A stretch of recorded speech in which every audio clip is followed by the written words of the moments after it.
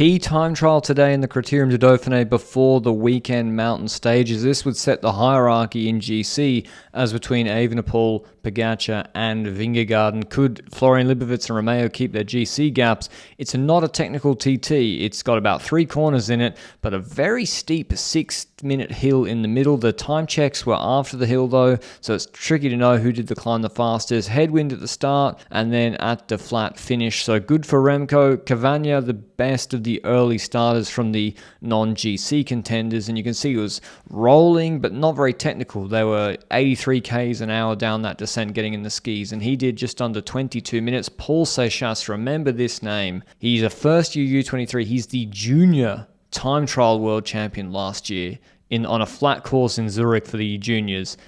And he's a GC rider. Massive performance, only 5 seconds slower than Cavagna. Sheffield, I think, reverse pedaled like Remco did before Worlds last year and dropped his chain, which wasn't a good start for the TT. But his American compatriot just went a bit after him. Matteo Jorgensen, who's been going for some bonus seconds in the previous stages for Visma Lease bike, and he puts a pretty significant margin into Cavagna's time, 12.5 seconds. But there's a hard hill in this. Cavagna's not the best climber. He's better on the flats. So how good is Jorgensen's time really? It was good. 21.28, 48.5 kilometers an hour, much quicker than Cavagna in the last section. And we see the 3 big guns. And how exciting has it been to have them in this race? Vingegaard and Remco getting ready to go. The TT world champ, making sure the bike is all good before he sets off. Could he take Quick Step's 1,000th victory in their organization's history? And just look at Remco's position. It's a work of art. I mean, when I saw that there was headwind for the first time, I mean, Remco was going to win this TT anyway, but with headwind and him being this aero, nobody's beating him on this course. He would have to lose so much time on the climb. He did a pretty good climb. You see him getting back into the extensions here on the moderate gradients when Tranchant's not in the extensions, and then climbs obviously normally on the steeper sections, and then on the bad road surface but not technical descent into the intermediate time check. We see Evenepoel's done a monster time, 30 seconds quicker than Jorgensen. So maybe Jorgensen's time wasn't that good and Cavagna's time wasn't that good,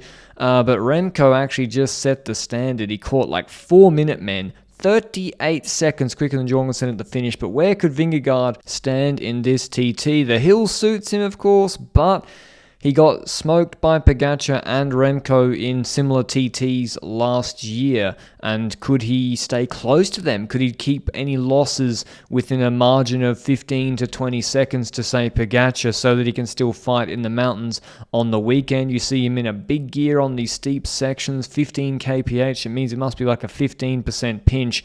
And then you see how rolling it is. So I think with the hot conditions, a very tricky TT to pace. Vingegaard, was he more tentative than Pogacar on this fast descent section? We'll compare. Pogacar was really launching it there, but Vingegaard was only 11 seconds behind Evenepoel at the intermediate check, although it is faster to the finish. Could he hold that gap? The gap did go out a little bit more. He loses 20 seconds to Evenepoel.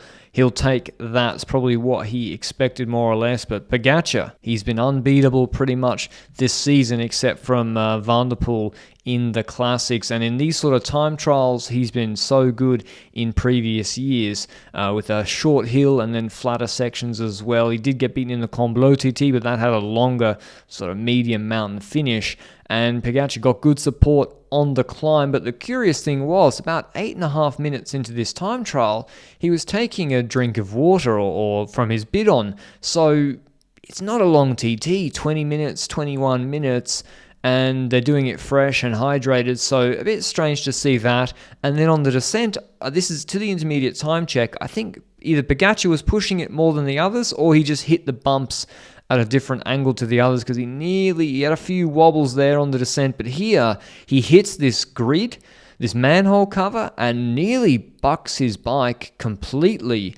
And he has to then recheck that his chain is still on, come out of the extensions, get back in. So he had a few mishaps there, but he was 30 seconds down on Remco and 20 seconds down on Vingegaard at T1, which was a huge surprise to everybody. Sort of couldn't believe what they were seeing. Jorgensen was really surprised. He was in the hot seat. So Pogacar, not only not winning this TT and losing time to Remco, he's losing big time, loses 28 seconds to Vingegaard and 48 seconds in a 21-minute 17k TT to Remco Evenepoel, who at that point knew he had it pretty much sewn up. Van der Poel did a really, really good time trial. He only lost a minute to Remco. He probably doesn't train the discipline that much to do a TT that good. He's clearly in great shape. Romeo, we didn't see too many images of the yellow jersey. He lost the yellow jersey. Remco's TT was just too good, and Romeo wasn't able to go quick enough on the climbing section. So he still is in a good GC position, Romeo. I mean, he's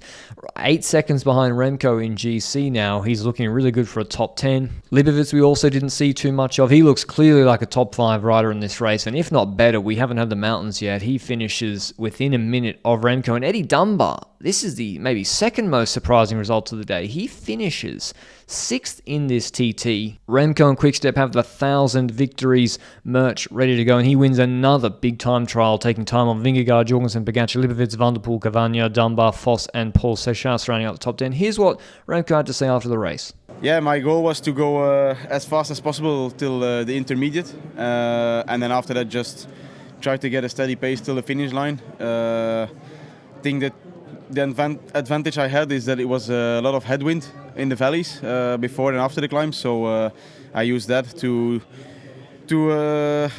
really take a benefit of my position and of my of the power that I can do in my position. And then the climb I just went as fast as possible, and yeah, I think we had a perfect pacing strategy. So in the end, like I said yesterday already, I just wanted to win, and then after that we were going to see how it was going to be in terms of GC and all that stuff. So I think very happy with this victory, number 1000 as the cap says of the team. So very proud to have done it. I think it's one for Patrick for the whole past and everything that he did for the team. I think this victory is one for him and for all of his career. We had a perfect plan of the pacing strategy, and then, like I said, I was going to see after the finish. In the end, it's quite a big gap on quite a short TT as well. So I think I'm very happy to have put over 1 second a kilometer on everybody, and for some more than 2. So yeah, I'm just super proud and happy with the feeling I have now. I'm feeling pretty good, and it's always nice to bring home a World Tour victory. In terms of GC, a very interesting top 10. We've got Remco now in the Maillot Jaune. We've got the riders from yesterday, Lipovic, Romeo, and Dunbar, who got in the breakaway, still up there on GC. And we've got Pogacar in 8th, behind Vingegaard and only a second ahead of his teammate, Matteo Jorgensen. So the mountains, Pogacar has to attack if he wants to win this Dauphiné. Same goes for Visma Lease Bike. The weekend set up perfectly. Hope you enjoyed the video, and I'll see you with a recap tomorrow. Ciao, ciao.